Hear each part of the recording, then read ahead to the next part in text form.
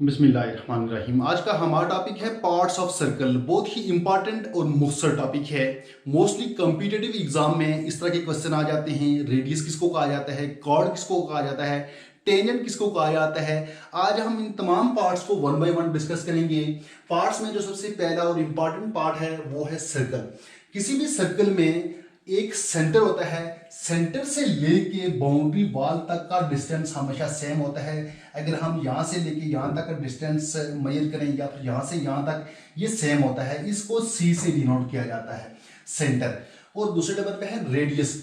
Radius क्या होता है, सेंटर से लेके बाउंड्री वॉल तक का जो डिस्टेंस है उसको रेडियस कहा जाता है और इसको आर से डिनोट किया जाता है। ये जरूरी नहीं कि यहां से यहां तक होगा, बल्कि कहीं से भी सेंटर पॉइंट से लेके बाउंड्री वॉल तक का जो डिस्टेंस होता है इसको आर कहा जाता है। ये आर से डिनोट किया जाता है। और ये भी सेंटर से यहां तक ये भी आर है, सेंटर से बाउंड्री वॉल तक ये भी आर है। इसके बाद नंबर 3 है डायमीटर। डायमीटर में दो रेडियस होते हैं। अगर रेडियस यहां से यहां तक रेडियस है, अगर इसी लाइन को हम सीधा आगे दूसरी बाउंड्री वॉल तक मिलाएंगे तो ये डायमीटर बन जाएगा। इसका मतलब ये है कि diameter is equal to 2r। एक डायमीटर में दो रेडियस होते हैं। अगर फर्ज करते हैं कि आपके पास आपको रेडियस या डायमीटर का पता है, फर्ज करते हैं कि r is equal to 2 centimetre. यहां भी क्या है, r is equal to 2 centimetre.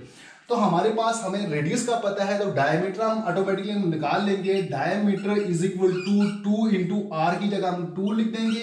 तो इसका मतलब ये हुआ कि डायमीटर हमारे पास 4 आ गया। डायमीटर हमेशा रेडियस का डबल होता है। और इसके बाद नंबर 4 है सर्कमफेरेंस। सर्कमफेरेंस सर्कल में ये जो बाउंड्री वॉल है, इस तमाम बाउंड्री वॉल का जो डिस्टेंस है, जो इसकी मेजरमेंट है, ये सर्कमफेरेंस कहलाती है।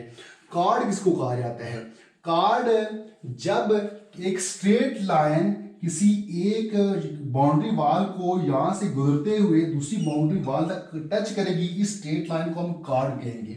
ये जो सेकेंड लाइन है, सेकेंड लाइन भी एक कार्ड ही होती है। और जहां कहीं भी हम इस तरह से कोई लाइन खींचेंगे तो वो लाइन कार्ड कहलाएगी।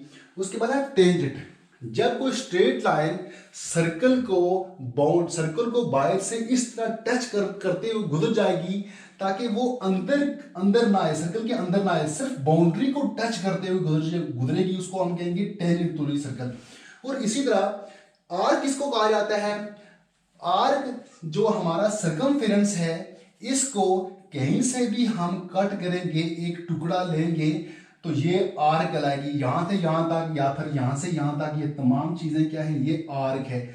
आर्क को अक्सर आर्क की जो सिंबल है ये इस तरह से होती है, इस तरह से इसको डिनोट किया जाता है। फिर इसके बाद है सेक्टर। सेक्टर किसको कहा जाता है, सेक्टर फर्ज करते हैं कि ये सेंटर है, सेंटर से यहां तक रेडियस, यहां से यहां तक ये भी एक रेडियस है। और जो बीच वाला हिस्सा होता है, ये जो हिस्सा है, ये सारा सेक्टर कहलाता है, सेक्टर ऑफ सर्कल। फिर है सेगमेंट। सेगमेंट किसको कहा जाता है, जब कोई लाइन, कोई सेकेंड लाइन, सेकेंड कौन सी लाइन होती है, जब कोई लाइन रेडियस के बीच में से गुजर जाए सीधी लाइन, तो वो सेकेंड है, वो सेकेंड टू दी सर्कल होती है। जबकि टेंजेंट क्या है, बाउंड्री वॉल को टच करते हुए गुजरती है। और जब कोई सेकेंड लाइन गुजरती है तो बीच में से जो एरिया हम बनता है, इस एरिया को कहा जाता है segment of a circle. Last पे है एरिया, कि सर्कल का एरिया कैसे फाइंड किया जाए। एरिया फाइंड करने का हमारे पास फार्मूला है, area of a circle is equal to pi r square. हमारे पास अगर आर की वैल्यू होगी, गिवन हो, तो हम एरिया ऑफ अ सर्कल आसानी से निकाल सकते हैं। फर्ज करते हैं कि हमारे पास आर की वैल्यू 2 है या फिर कोई भी है, तो पाई की वैल्यू हमें पता है क्या होती है। पाई की जगह पाई की वैल्यू पुट करेंगे और जो आर की वैल्यू है उसका स्क्वायर करेंगे तो हमारे पास एरिया ऑफ अ सर्कल निकल जाएगा। ये बहुत ही इंपॉर्टेंट और मुख्तसर सा टॉपिक था। उम्मीद करता हूं कि आपको इसकी समझ आई होगी। मिलते हैं नेक्स्ट टॉपिक में, तब तक के लिए अल्लाह हाफिज।